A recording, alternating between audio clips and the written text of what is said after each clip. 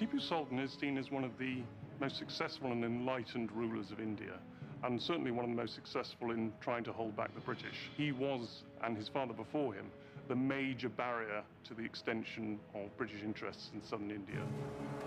At the Battle of Polilur on the 10th of September 1780, a British brigade of close to 4,000 troops encountered Tipu Sultan's forces. Tipu unleashed his ultimate weapon, rockets. The British had faced Indian rockets before. Traditionally, the Indians made them out of bamboo. Bamboo was very much the material of choice, and it provided quite a strong, lightweight container into which the gunpowder could be packed. Lieutenant Colonel Simon West is building working models of Indian rockets at Cranfield University's Royal Military College of Science. Now, the bamboo casing was fine for display purposes or signalling, but because it hadn't got much inherent strength, it was difficult to get lots of pressure built up.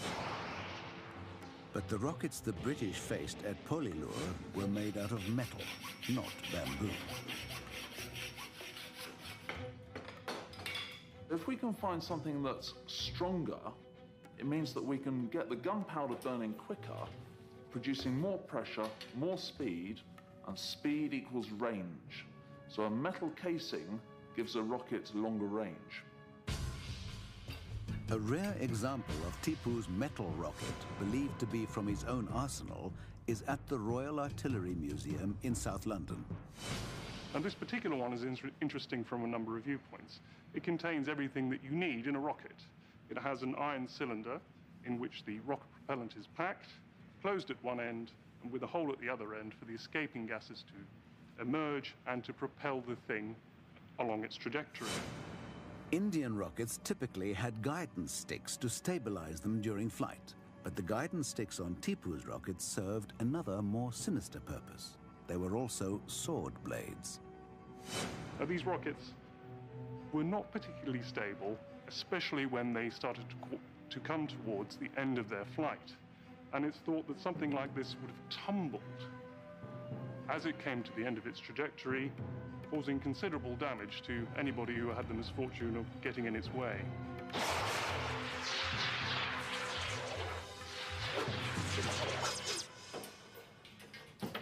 Indian rockets were famous for veering off in all directions, but accuracy wasn't necessary for them to be effective. When it comes to trying to defeat an enemy, it's not necessarily just the casualties and death and destruction that you're trying to create. An enemy will just as easily be defeated by being frightened and losing the will to win. West is going to test his replicas of the bamboo and metal rockets at a nearby military firing range.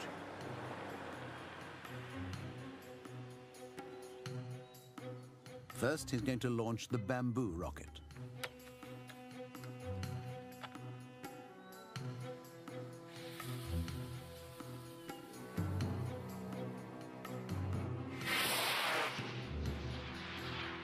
Well, the bamboo rocket went really quite well, but it was impossible for me to pack in enough powder to really get a good burn and get some long range. What we're going to be able to do with the steel tube is we can pack more explosive in, so it's a very much more effective rocket. Now he's going to fire one of Tipu's more powerful metal rockets, said to have a range of 1.5 miles. Because it's slightly riskier, I'm going to do this remotely. So I'm going to wire it up now, and we'll fire it and see what happens. For multiple launching, Tipu created his own rocket organ, capable of launching 5 to 10 rockets at once. It's standby. Firing now.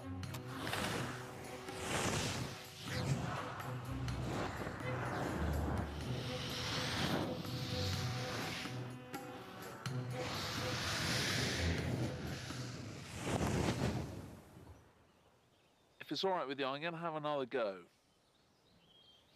Take 2. Firing now.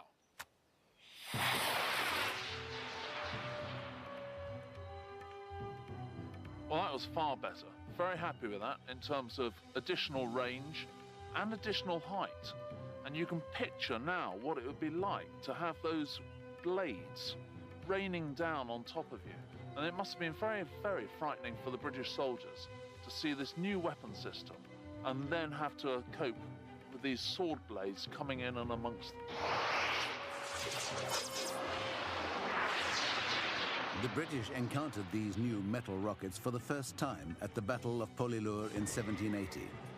Tipu's rockets set fire to a British ammunition cart, which contributed to the defeat and surrender of the brigade.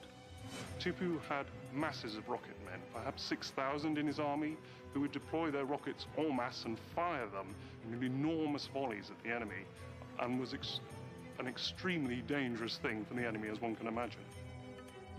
Tipu Sultan's forces held out against the British for over 20 years. In 1799, after a series of setbacks, there was a decisive battle at Seringapatam. Tipu unleashed his rockets.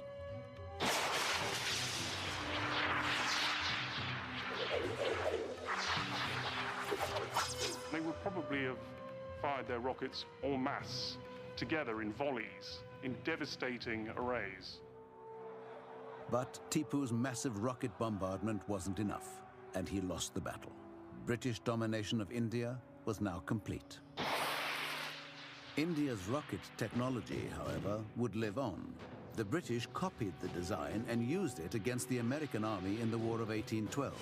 One such attack made a powerful impression on a young American soldier named Francis Scott Key. When he wrote the Star-Spangled Banner, his words, "The rocket's red glare," would forever immortalize India's super weapon.